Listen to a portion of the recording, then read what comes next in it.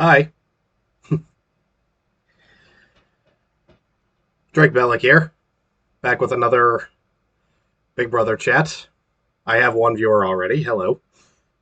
That was fast. Usually doesn't happen in the first 30 seconds. Sometimes it doesn't happen at all, especially when I'm gaming, which was the main reason I joined Twitch. But,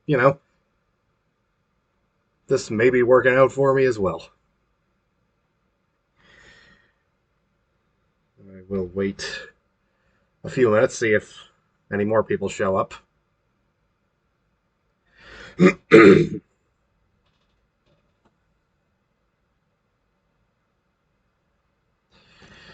I have my I have my drink of choice for the day. It is Squirt grapefruit soda, and it's really good. But every time I drink it, I'm just reminded of a grapefruit soda from my youth called Citra. It doesn't exist anymore, but that was some good stuff, I tell you. Carthago Bizarro, yo! Hello, my real life friend. OMG, I remember Citra. Right? Should come back.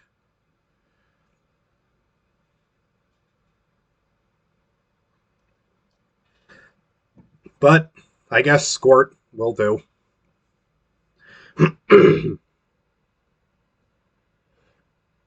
Dang it. Every time I'm streaming, when I go to remove something on my phone, it freaks out and I hit the wrong thing. I'll try not to clear my throat too much. I know it's annoying. It annoys me. So, yeah. Um, okay, so what I want to do for this stream is that. Oh, two viewers. Hello, second viewer. What I want to do is. I already talked about BB22 and what I didn't like about it, and what I did like about it, which was nothing. And I decided that while we wait for news, more news about BB23 to drop, like a cast reveal or a house reveal, I figured I'd go back one further and revisit BB21. And, this is another season that is among, like, you know how, like, the top tier of something is called, like, the Pantheon? Like, that's where all the good stuff is. Is there, like, an opposite of the word Pantheon where all the crap is? Because BB21 and BB22 are in the anti Pantheon. The Anteon? Antheon? I don't know. But, yeah. These are two seasons that are not well received. Call it the dumpster pile. Fair enough. So these are two seasons that are in the dumpster pile, along with BB19 and BB15. And I've heard BB9 was not a well liked season. My brother said it wasn't like he didn't think it was atrocious, but it just wasn't among his favorites. But I do know that the winner was arrested because he used his prize money for nefarious things. They had this whole stupid romance thing in BB9. Oh, it's just a season of showmances. Also, yeah, Adam was garbage. That was the winner? Yeah. Okay. Yeah. But, look, I'm not going to sit here and say that BB21 was a good season. It was the point. Everyone entered with a showmance pre planned. Oh my god. Now, was this like they were established couples, or was this like a blind date scenario?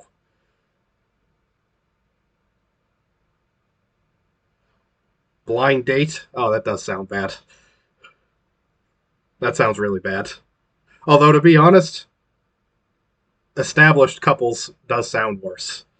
It was terrible. Yeah, okay. I get it. But yeah, BB21. Did not love it by any stretch of the imagination. But I still see a lot of people that call it worse than BB22. People call it the worst season of all time. I do not believe that. So This is going to be me talking about the parts of BB21 that I did not hate. Because I did not hate every second of the season. Let me just adjust my headset, just kind of brush my hair back a little.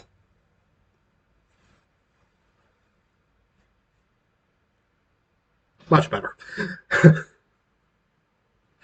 Okay. So,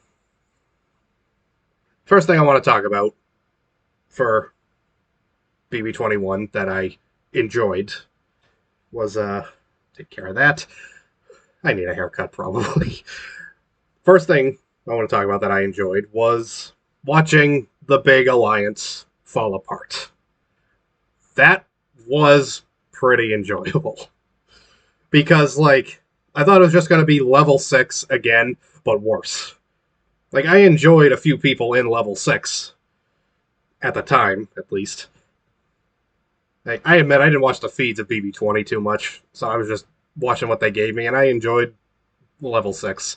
But then afterwards, I was kind of like, I don't know if I want a whole season of that group running the whole thing again. Because after a while, BB20 did get kind of stagnant. But then, just this whole group, this even bigger group got together right away in 21, and I'm just like, oh my god. Like, I had zero doubt in my mind that the Jacks were going to be the final two. And, you know, at least I was only half right. And, me. I always get the most notifications when I'm streaming, and they're not even about when I announce that I'm streaming. But anyway, when this big alliance, when Grateful, or as I called it, Hateful, and then they brought Sam in, and it became undeniable. I'm just like, I hate this. I almost bailed right away. The episode where they all hung out in the HOH room and just mercilessly picked on Nicole, I could not finish watching that episode. Like, I was like, nope, I am going to go, I am going to play Call of Duty for a little while. I was replaying the Modern Warfare games on the PS3, and I'm just like, you know what, I'm getting close to the end of 3, so I'm just gonna chip away at it. And I didn't finish watching that episode. Although, I did know that, I already knew that Kat had won the veto. So, I watched just the veto competition of that episode. Just to watch Kat win.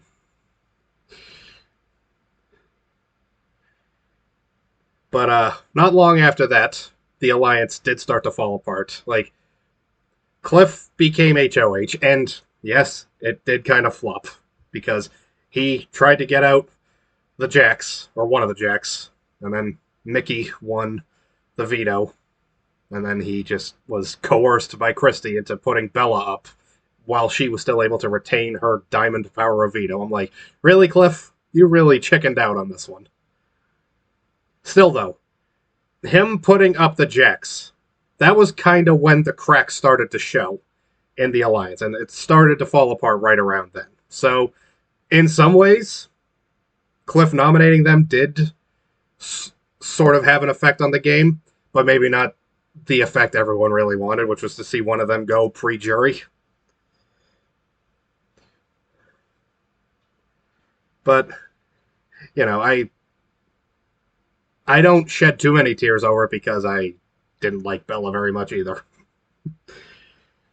And of course, the Alliance had turned on her and Nick and Sam. So, you know, I was like, okay, this is something. The cracks are showing now. And then the next week, Nick was the target, but he won the veto, so Sam went. And he was kind of annoying, so again, I wasn't overly heartbroken. And this was also around the time that Christy and Mickey really started to turn on each other, and that was when I was like, oh, yes, this is what I wanted to see. Mwahaha. So yeah, it was pretty satisfying watching it fall apart, but then, like, after Jessica's HOH, which I will talk about in a second, Tommy won HOH, and he was just trying to get it back together, and I'm like, are you kidding me, dude? And he kind of almost succeeded for a little while. I mean, him and Christy were never going to be torn apart. And Annalise was still pretty steadily on his side, but he was just like, he was so committed. He needed Mickey and Holly back on his side. I'm like, let it go. This was the alliance you wanted to be in. Mickey helped destroy it. Take him out! He's feuding with Christy, the person you came in the house with. You should want him out. But still, the alliance never fully got back together, and, you know, in time we got to see them go as well. And, you know, I didn't care for Mickey and Holly that much, but they were the ones that destroyed the alliance, and they were the last one standing of the alliance. So that is not the worst thing, I suppose. Like, they broke up the alliance and got away with it. And on some level, you gotta at least respect that part of it. It sounds like I'm talking up Mickey and Holly too much. I'm gonna stop now. But I'm gonna backtrack a little to another thing that I really enjoyed. I mentioned it before, Jessica's HOH. Now here's the thing. Jessica, for the whole season up to that point, and after her HOH reign, she was not a very good player. She had questionable relationships and discussions with people, and it's just like, you're not playing this game very well. But when she won HOH, I forgot all of that. I'm like, yes, finally, this might lead to a power shift. And, you know, she was all girl power and all that, and she wanted to get one of the Jacks out, and, you know, I was like, yes, girl power all the way. I always support girl power, but I extra supported it in that moment. So she puts them up, and I'm like, thank you. But, of course, just like with Cliff, there was the risk that one of them could win the veto, someone else would go up, and the whole thing gets thrown for a loop. But then a miracle happened. Jessica won the veto as well. And if I'm not mistaken, she was the only person in all of BB21 to win the HOH and the veto during the same reign. Like, she was the only HOH to then win the veto in her reign. I'm pretty sure that's the only time that happened that season. And I think that's just... it was fantastic. Just her whole reign was just like, yes, this is what we waited for. Like, when she won HOH, I almost felt for a moment like my patience has paid off. Because I did come back to the show after the episode with Nicole getting ganged up on that I skipped. I watched the next episode and every subsequent episode until the finale, which I ended up watching most of. But yeah, just Jessica came through when we needed it most. Like, just before then, it was darkest, and then Jessica was the dawn, and it was just fantastic. And that brings me into the next part. It's still technically part of her HOH reign. Jack getting evicted after all of the racist and otherwise bullying crap he had said throughout the season. And not only did he go, but he got dragged. Julie called him out, and it was fantastic. She called him out. We needed it. It was actually showing some accountability. And it was a beautiful thing. My brother, when he doesn't watch a live episode, he usually just skips over the elimination interviews. Chenbot can be amazing sometimes. Yeah, she comes through when she wants to. But yeah, my brother doesn't always watch the eviction interviews if he's not watching the episode live. But I told him, watch the eviction interview for this one. Because he did not watch it live. We recorded it and he watched it afterwards. So he watches it, watches the eviction, and then Julie starts bringing up the topics. And my brother was just like, oh my God. Now, I have something in my phone that I have had saved ever since that night. Let me bring it up real quick. There it is. When my brother was rewatching it, I took a picture of him getting confronted with all of his crap. And I am never deleting this picture for as long as I have my phone. This picture, I revisit it sometimes just to look at someone who is like, I got caught.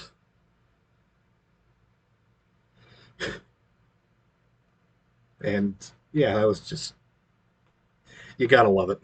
You gotta love it sometimes. Obviously, it would have been better if he had just never said any of that crap at all. Because, I'll say it.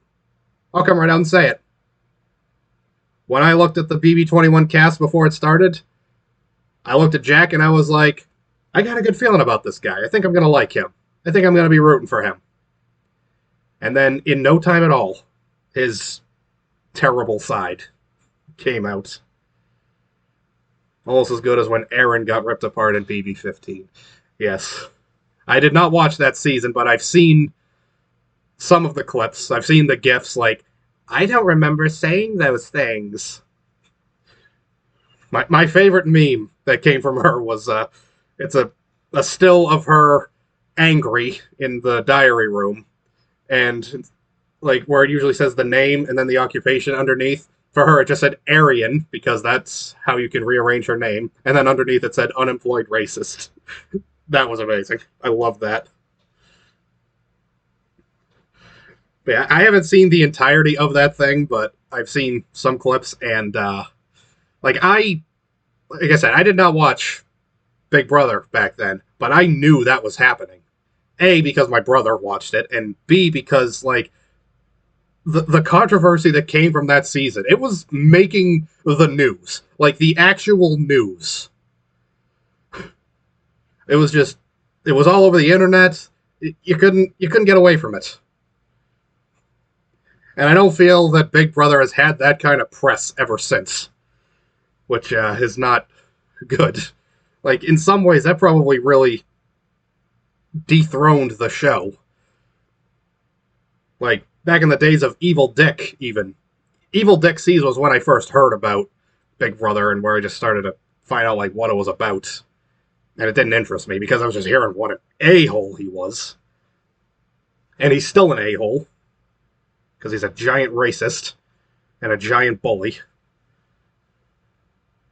But yeah, like he gave Big Brother hype. Aaron destroyed Big Brother's hype. Yeah, there, I said it.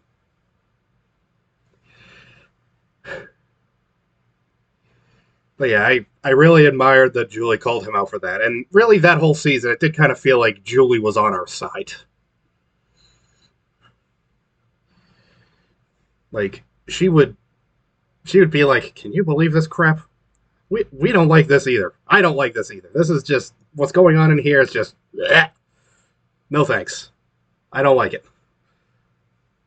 And I'm sorry to say, it didn't feel like she was on our side too much during All Stars. I feel like, I don't remember exactly what she said, but I vaguely remember taking a shot at the fans that were disappointed with All Stars. And it didn't feel like she was on our side anymore.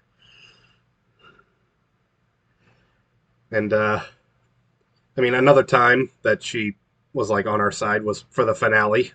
When Kemi came back, she was like, we're going to give Kemi a platform, and she is going to call out not just Jack, but Jackson and Christy and Nick.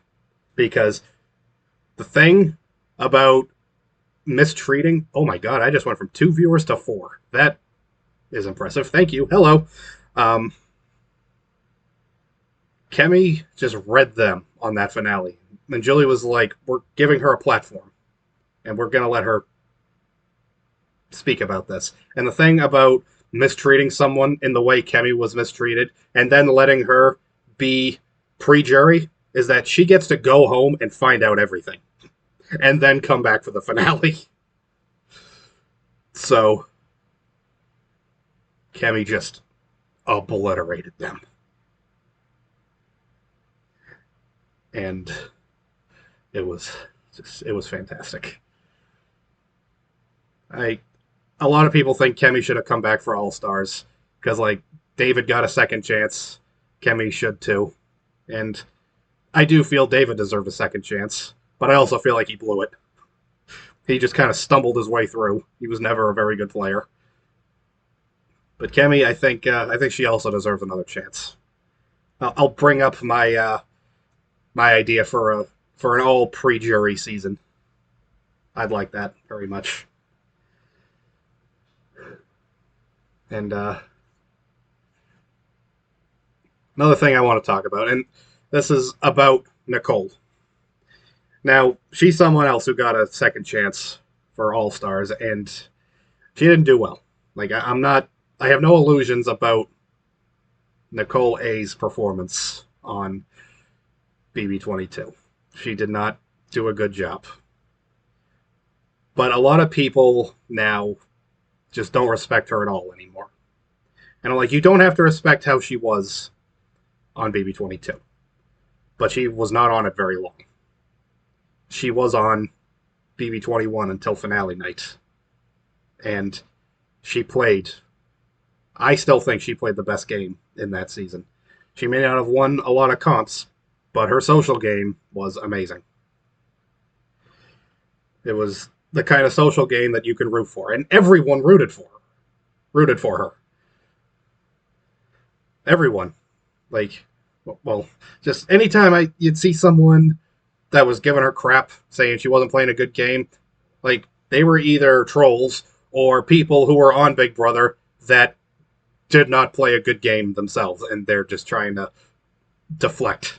They're trying to say how the way someone else is playing is worse than how they played, even though they made it farther and played better. And yes, I am talking about Jessica Graff. She is probably the most overrated contestant ever. At least the most overrated pre-juror. She had one of the worst social games I've ever seen. Hi, Drake. I think the stream is buffering. I mean, well, it's like Rachel and her obsession with floaters. People don't like people who fly under the radar. Well, there's a way to do it and there's a way to not do it, I think. And, you know, Jessica played too hard. Like, Jessica might have been better off letting Cody go and then trying to play as a floater, and then maybe she would have made it to jury. And by the way, Cody also had a very terrible social game. He did everything he could to make everybody in that house hate him. And yes, everyone outside the house hated everyone else in that house. But, you know, I just didn't really... In hindsight, I don't like anybody. As far as the stream being buffering, I don't know. Like, I think that might be on your end. Because, like, when I try to watch on my phone, like, I can't watch Twitch streams on my phone anymore, so, you know, maybe that's it. I don't know. I mean, I have a 2-year-old Android, so maybe that's why. But yeah, I do respect the way that Nicole played the game. She found herself at the bottom of the house very early on, and she clawed her way back up into being... First, she got people's respect back, and then she and Cliff allied with Jackson and Holly, and they got to the end. They were the final four. You know, maybe she should have taken them out earlier, but I can't fault her for being loyal. I respect that. And, you know, I respect the way that she played the game way more than I respect certain other contestants who didn't respect it. And Jessica's HOH was the best one of the season. Nicole's was second. Her first HOH, at least. On double eviction night. when she won that competition, I was so proud of her. I'm just like, oh my god, she finally did it. She finally won something. My girl. I'm so proud of her. Because I was in love from minute one. Like, when I saw her picture, I'm like, I'm in love. I knew I was going to be in love with Nicole. I got a thing for nerdy girls. What do you want from me? I'm a nerdy guy. So yeah. Especially when I wore glasses. I looked even more nerdy than I do now. But yeah, when she won that HOH, I was so happy. And then she put up Christy and Tommy, who I just couldn't stand. And Jackson and Holly were just like, you're not. You had 3 shots in a row to take one of them out. You could have taken both of them out, and you didn't do it. And then Nicole nominates Christy and Tommy, and I'm just like, thank you. But of course, there was still the veto. And I was like, Christy or Tommy could win, but I still felt confident that even if one of them did win the veto, the other one was going home. But then Cliff won the veto. And this time, he had power, and he didn't botch it. He's just like, nope, I'm not using the veto. We're getting them out. Well, we're getting Christy out. And they did. And I have the hiccups now, excuse me.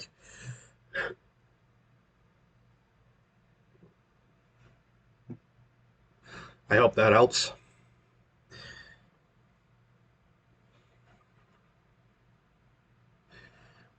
So yeah, Nicole winning that first HOH was just, it was amazing. And I was proud of her when she won the veto the next week. Because a lot of people did kind of point out that Cliff very nearly won the HOH on double eviction night, but then he kind of started moving his pieces back around because he saw Nicole was right behind him. So he did kind of just let her have it. And, that's admirable of him, I guess. But, it did still cause a debate. Like, Nicole didn't win. It was thrown to her. But then next week with the veto, she won it. She straight up won. It was her versus Tommy who was the target for the week. And she won that by herself.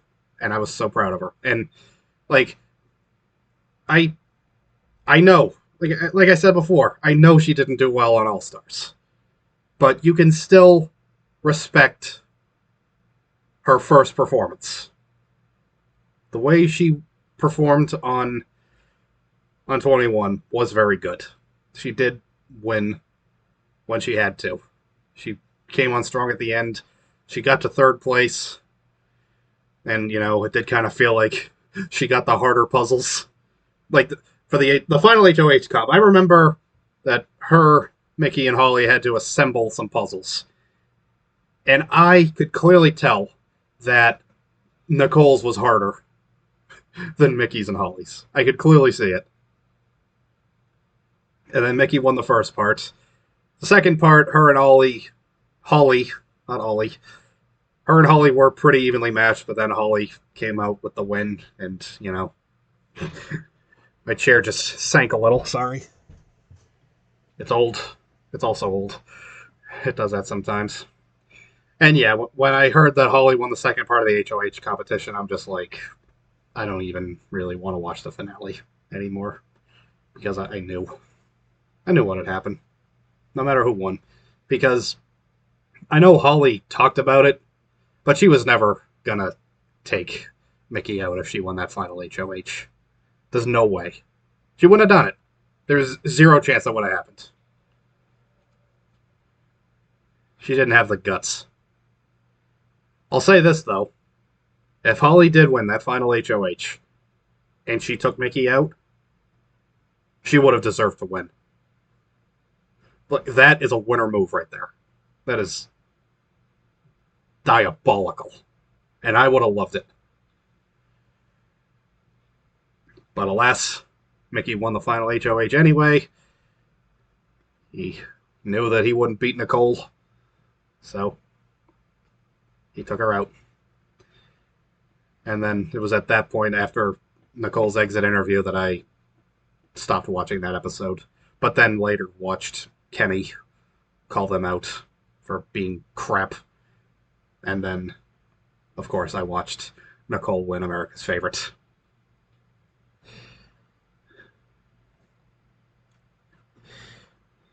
I'm just going to check Twitter real quick, just in case any news about BB23 has come out.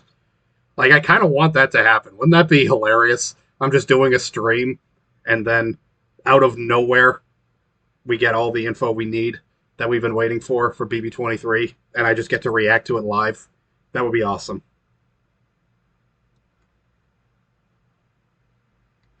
One second. Just going on Twitter, checking the BB23 hashtag, as I do. Probably too much.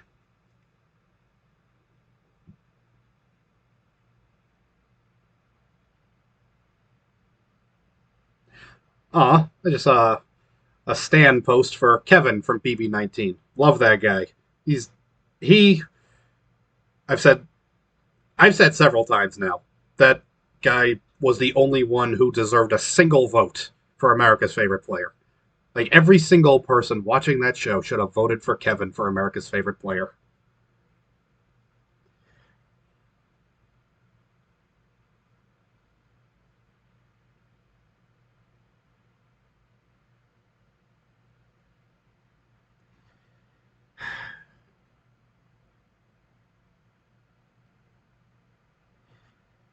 No, it doesn't seem as though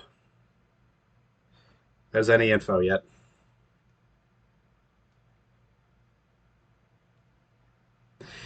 Oh well.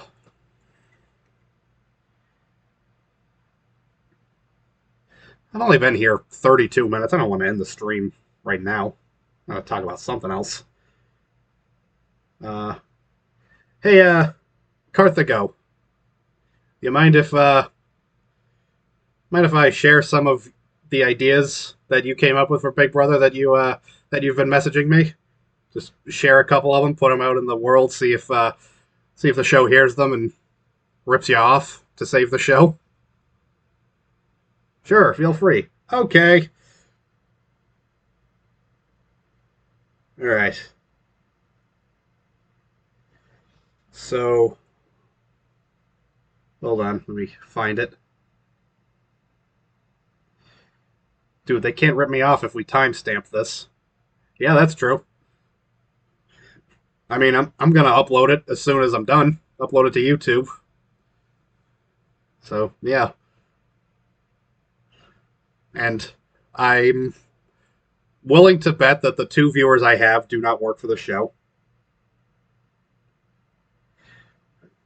So yeah, I don't think they'll rip us off before I can even get this uploaded. I say us, but it's you. You've had all the good ideas. Okay. So here's one of the ideas you had. I'm just going to read it as you sent it to me. You have a puzzle before you at the start, / an arrangement of objects that must be ordered. You have to go into a maze with dead ends and so on. That spits you out where the puzzle solution / answer to the order is shown. And you have to go back and solve the maze, perhaps carrying a puzzle piece for the puzzle one, while keeping the solution in your brain. They've done memory games before, but not like that, I think.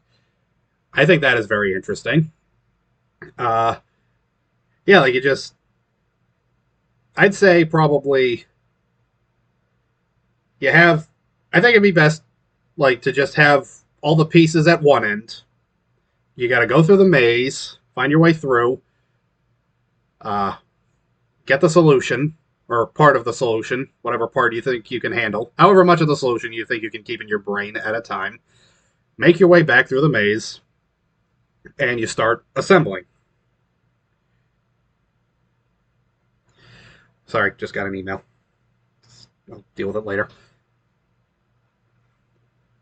But yeah, I like it. I think that could work. I think, oh my god. Stop emailing me, Dad. We have a thing tomorrow. It's like a teleconference thing. So yeah, my dad's emailing me. I'll get back to him eventually. But yes, like, you start at one end, Got all the pieces there. Or, thought I just had right this second. There are 3 parts of the maze you have to get through. Like, there's where you start, which is where you have to assemble the puzzle. And then there's the part where you have to go to get the solution to the puzzle. And then you have to go to a third part, go through a third part of the maze, and get the pieces for the puzzle. How about that? Like, that would be a total mess, and I would be here for it. So, how does that sound? Like, does that little add-on make sense? Or would it even be too complicated? I don't feel like it'd be too complicated when there's that ball challenging idea. Like, they have to roll all the balls down like this big seesaw thing and get them into the end, but then they have to keep rolling balls into it and the balls can't fall out. Like, that puzzle looks impossible to me. I would never be able to do that. I think it would work, but the tricky thing there is potentially size, since they have to use the backyard, basically. That is true.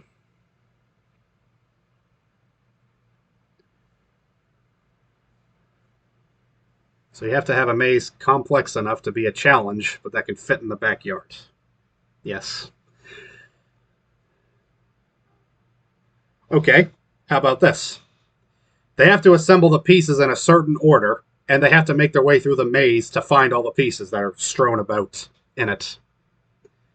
The 3-step process might mean simpler mazes. Yeah, I get that.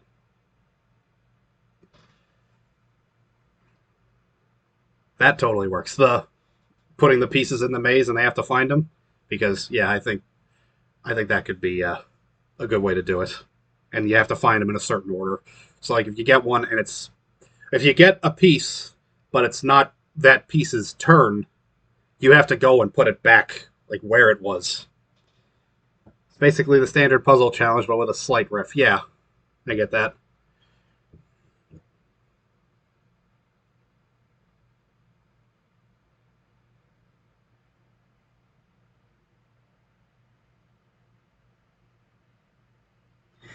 All right. Now there's another idea. This is one I had. I ran it by you, and we kind of fine tuned it a little bit. So, okay. My challenge idea is, I picture this as being for like an HOH competition, and that maze thing, by the way, I think would be a good veto competition. But for this HOH competition, I have in mind, uh, all the house guests are standing on one end of, they're like on one platform, and then they have to cross a balance beam to get to the other. And on the other end, on the other platform, there is a puzzle that's assembled on the wall, but it's in like, I'm thinking 12 squares, like 3 rows of 4. And on the back of each piece is another puzzle piece. And they have to go across the balance beam, bring the pieces over one at a time, and they have to decipher the puzzle that is on the back of all of the individual images. Like all the images that are facing them, they make up one image at the start, but they have to bring each piece over one at a time. Can't double up, that'd be cheating. And then once they're back on the side that they started on, they have to assemble a puzzle based on what is on the back of those squares. Like there are images on the back of them, and they all create one bigger image. And I say squares because then you can you might have to rotate them in certain ways. Maybe you have to turn this one to the left. Maybe you have to turn this one upside down. Maybe this one is just the same right side up that it was before. I think that'd be a good HOH comp. And if the puzzle isn't too complicated, that's on the back, I think it could potentially be a good live HOH competition. Or at least they could start it at the end of the episode, and then, maybe they don't finish in time. Then they show us afterwards. But yeah, I think that one has potential.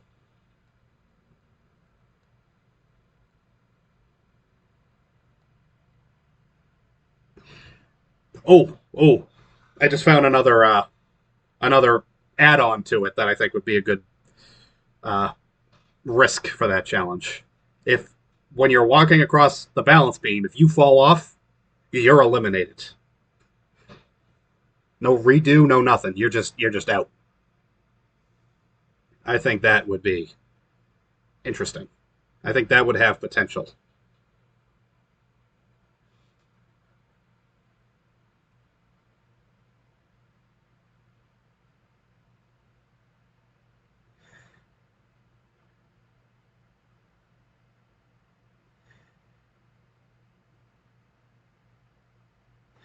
All right, this is another idea that I had.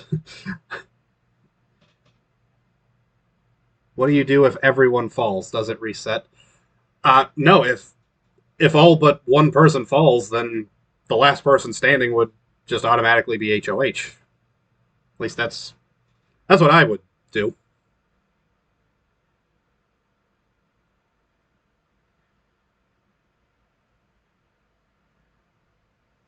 Okay. I know I said I was going to share a lot of your ideas, but I found another one of mine. I mean, this is the most recent idea that we shared with each other. It's a simultaneous challenge, yes. Um,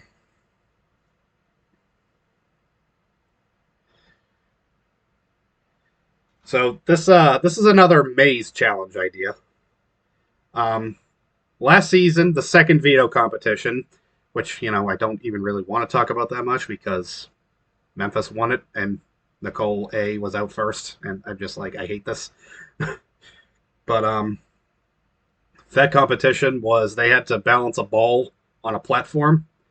What if they do that kind of challenge again, but as a maze challenge? And this time, if they drop the ball, they have to go back to the beginning and restart. And whoever gets through in the fastest time without dropping their ball wins. That was the most recent idea that we shared. Let me go back a little more, see if I can find another one. Oh, yeah.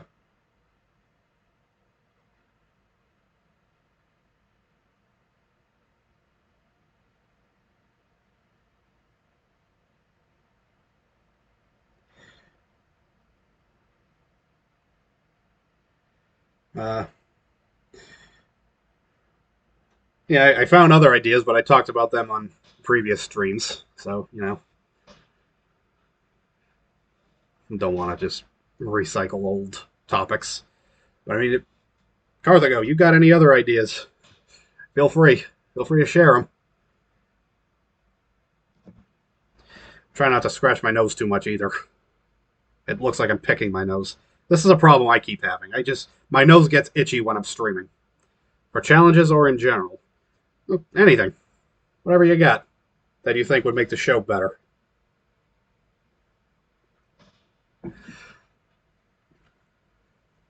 And if the second viewer I have has any ideas, you may also share.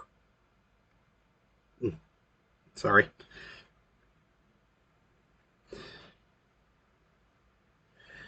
Uh, just want to double check. Did I cover every topic I wanted to? Just I'm just gonna sum up my thoughts on BB21, at least versus 22. Uh, BB21, it wasn't good. It wasn't. It just it was not. I'm not talking it up, but it did have good moments. They were few and far between, but it had them. Big Brother 22 had nothing, or next to nothing. Like, it had small moments that were good, but there were no big challenge victories that were impressive, other than Davon's veto, I guess.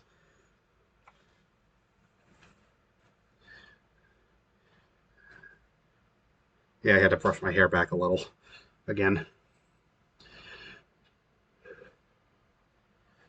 But, you know, just BB21 delivered a couple of times. It didn't deliver a fully good season, but it delivered good moments. BB22 was just, it was nothing. It was just 3 months of nothing. Not even 3 months. It was a short season, and it still felt like it took forever.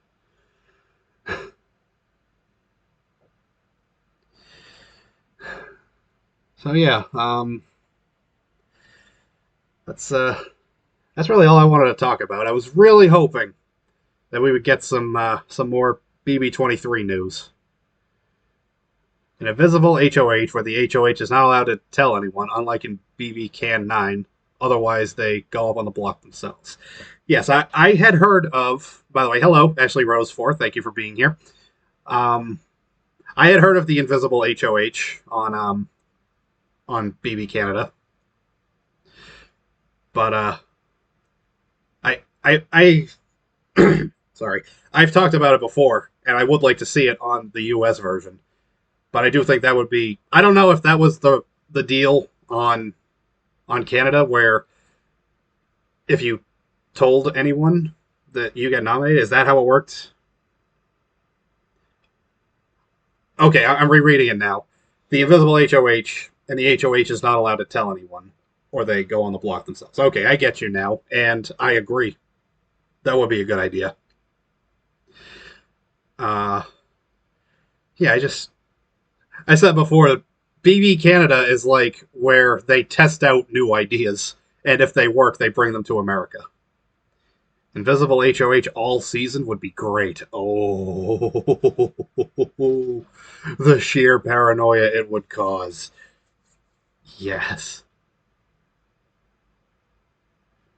No, there was no punishment. Yeah. All right.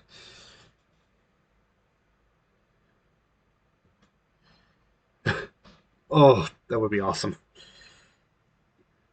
I feel like maybe like if they do Invisible HOH all season, then I don't know if they would do the penalty that way. I don't know if there would be a penalty for telling people, but like for a one time thing, yeah, I think that'd be really good. Invisible veto. Oh, that also has potential. You use the veto, but don't tell anyone. I don't know. This idea needs to percolate more. No, I like it. I like the concept of it. I mean, like, there is, of course, that risk where if it's a big alliance and they have two obvious targets on the block, and one of those targets wins the veto, then everyone's just like, oh, well, they clearly used it on themselves.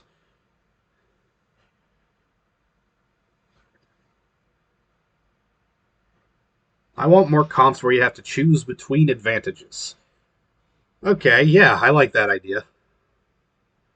Like the fill a jar of water for HOH or veto. Yeah, I do like that competition. Did they do it last season? I forget. I don't know. I checked out pretty early. But with things like Never Not or Extra Vote. Ooh, nice. I gotta say, I think I would probably go for Never Not. Like, I. When I was on vacation, I had trouble figuring out the shower in the house I was staying in. So I had to take a couple cold showers. And it hurt. And if I was on Big Brother and I was a have not, and I'd have to take a cold shower, I'd be dying. I've become so accustomed to that as an amenity. you know, I have watched every season of The Walking Dead and Fear the Walking Dead and the other spinoff show, and I like to think that I'm ready for if zombies ever show up. But then I find myself accidentally taking a cold shower, or like right now, I have to turn my AC off to do this stream, and I can only use a fan. And it like the fan helps, but it's still getting kind of hot because I've been talking almost an hour now, 50 minutes now, and I'm just like, yeah, I wouldn't survive in a zombie apocalypse without luxuries like hot water and air conditioning. and food that I didn't have to hunt for myself.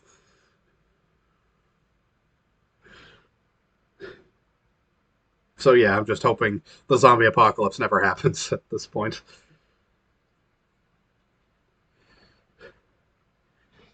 I mean, I think everyone who watches Big Brother has like that thought of like I kind of want to be on. I think I could do it, but I don't know if I could. I really don't. I feel like I'd probably crack under the under the stress of it and under the punishments.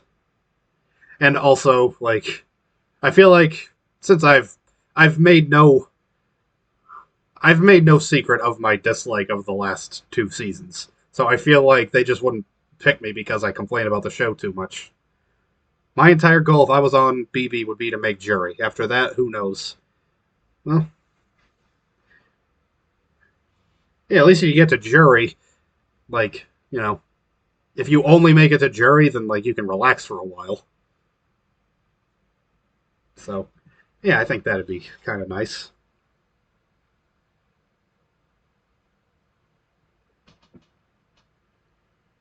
Like, vote me off as first person in jury. I'm fine with that. Yeah, I think Davon and Bailey were fine with it because they they ended up being the deciding vote. What I don't want is any more stupid early buybacks. See, I disagree. I prefer it to be early because, like, people who go early, they may not have gotten too much of a chance to play. It's terrible because it just screws up the game of the social players.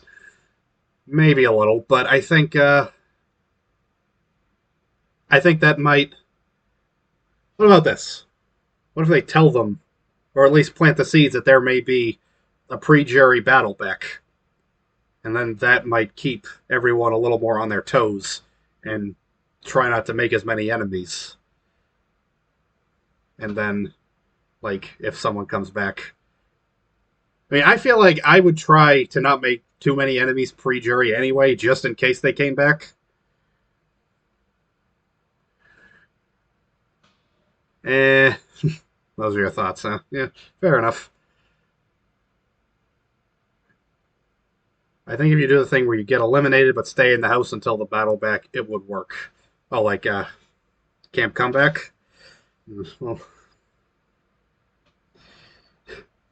I still have very mixed feelings. Well, no, I have very bad feelings about Camp Comeback. The issue is when you spend 3 weeks away from everyone and then come back and you're just the most logical target. Yeah, I mean there is that, but I will say this for Camp Comeback: Cliff came back and won HOH right away. So, and then after he stopped being HOH, he was not the next target. So, I don't know. Maybe Camp Comeback did have potential, but it was just ruined by the people who got to decide who went to it. True, but he was also one of the last people evicted pre-comeback. Well, well, he was the last one evicted that was sent to Camp Comeback. It was David, then Ovi, then Kemi, and then Cliff. Exactly. Yeah, okay.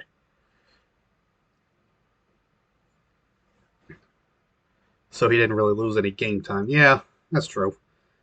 And also, like, Nick had put him up. So, and, well, Nick had put Cliff and, no, he put Cliff and Cat up originally. Or was it, no, it was Cliff and Jessica.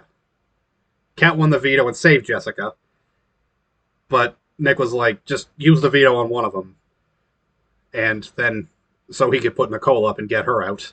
But then everyone has started turning on him, and they're like, let's keep Nicole and get Cliff out instead. And then Cliff came back, and Nick's HOH ended up being worthless. Like, it was a wasted week for him. Like, he basically had a Haley HOH. I Haley's HOH was just the saddest thing because you rooted for her so much, and she couldn't get her foot in the door because of the stupid hacker twist. Yeah. So yeah, I do feel like Nick's only HOH was just totally meaningless. And I'm fine with that because I hate him. Just like I know this is gonna sound kind of dumb, but anytime I see someone named Nick on any show, especially like a reality competition, I'm just like, okay, we have the same name. I'm rooting for you automatically. And then just like almost every time, like it's 90% of the time, I end up hating Nick. Whoever the Nick is that is in the show or the competition, whatever it is, I hate him. I just hate him. And it's not fair. And Nick in particular, he was just like, he was so bad. My middle name is Joseph. And I can't go by that name because that's my brother's name. So I was just thinking, what if I start going by NJ? Like the initials NJ. I'm like, could I do that? Like, is that a thing? Nobody really goes by NJ. It might be kind of unique. But then I'm like, then everyone will just associate me with New Jersey. And I've been to New Jersey, and no. I I went to New Jersey for a convention, and I had fun at the convention, but like the state around it was terrible. I hated it so much. I really hope that none of the 4 people watching are from New Jersey, but I hate New Jersey.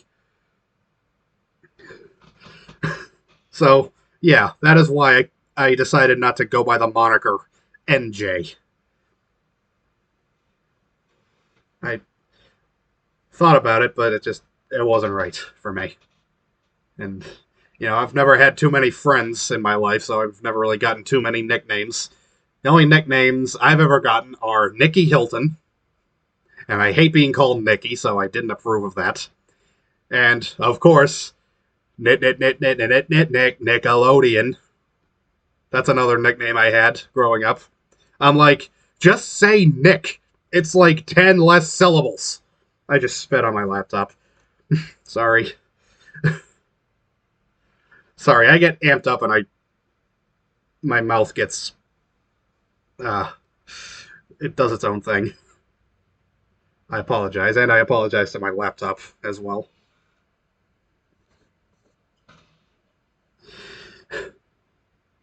So yeah, I've never had any cool nicknames in my life.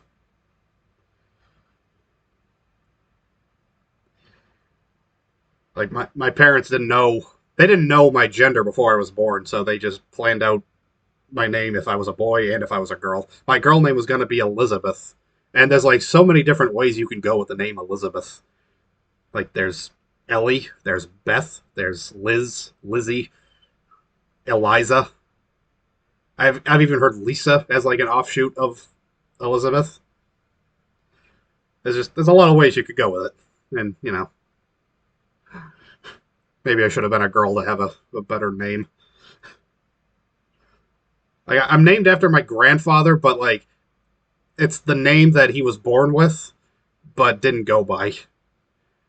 It was my dad's father. I'm like, so you gave me your grandfather's name, but it was the name he deliberately didn't use.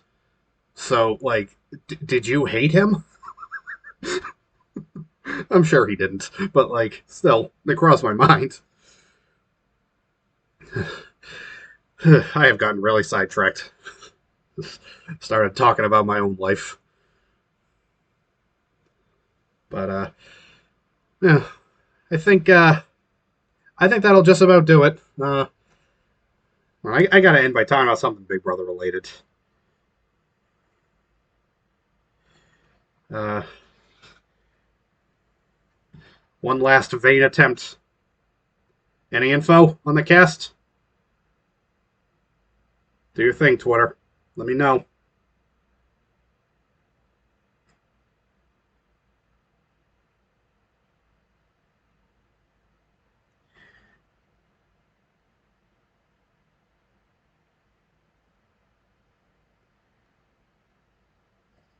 I'm seeing a little bit of buzz. So I'm like, was there something? Perhaps?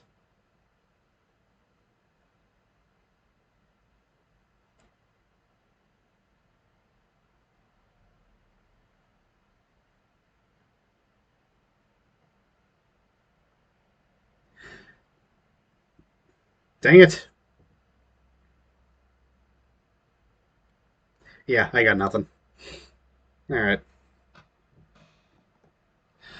No cast reveal yet. That would have been something. But alas, it was not meant to be. I just hope that when we do see this cast, we see that production followed through with their promise, and CBS followed through with their promise of a more diverse group. And I've already said the ways I want diversity. Just a quick reminder: minimum 3 white people, minimum 3 black people, minimum 3 Asian people, minimum 3 Hispanic people. And then from there, like minimum 3 people over 40, minimum 3 LGBTQ plus people. And, it's just like, let's make it diverse, but let's also make it good. Let's get a diverse, interesting group of people. Is that too much to ask? I listen. I live near Boston, and it's a city that has its problems, but there are a lot of diverse and interesting people here. But I know Boston is not the only interesting and diverse city in America.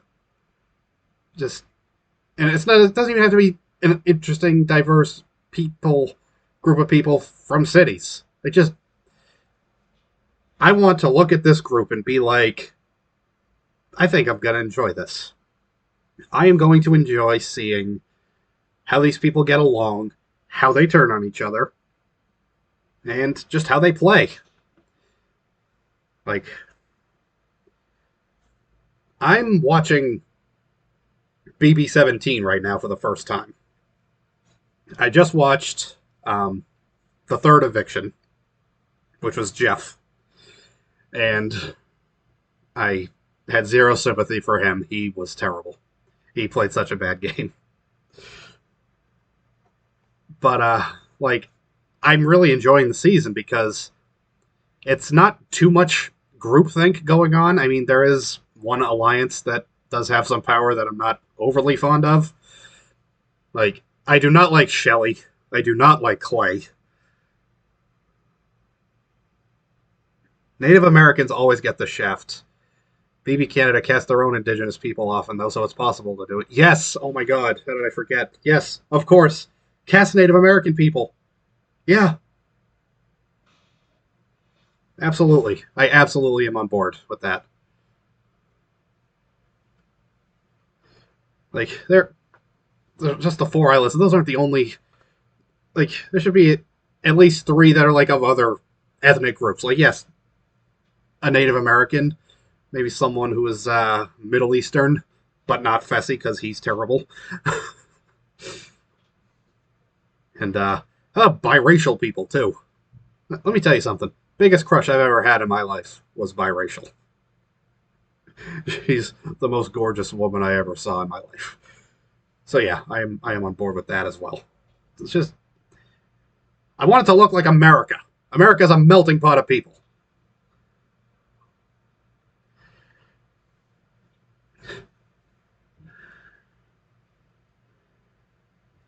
But yes, BB17. Like I said, don't like Shelley and Clay. Clay is he is the worst one for me. He is like if gaslighting and mansplaining had a baby. I can't stand him. And Shelley's just going along with everything he says. Shelly and Liz, I think it's Liz right now, and not Julia. Um, they are the co-HOHs right now. I really, really hope that Liz becomes the official HOH, because that would possibly make it a little more interesting. But I did see a spoiler indicating possibly the next person that goes, or at least another pre-juror. So, if I feel like if Shelly wins HOH again, she will put up this person that I saw, and this person will be leaving. But yes, I really do enjoy BB17. I love Steve. Like, he's my guy. I relate to him. He reminds me of Ian. He reminds me of Scotty, who I think is a very underappreciated player. I loved Davon because, of course, I did. I will say, though, she may have played a little too hard, but I do think she got ganged up on unfairly. Like, they ganged up on her because she walked in a room. Like, are you kidding me? I love Vanessa. She is like sneaky and devious, but in the ways that I like the ways that are good for Big Brother.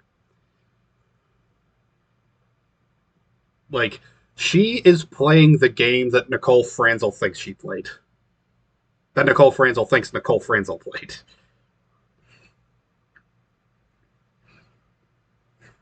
And yes, I love her. I think she's.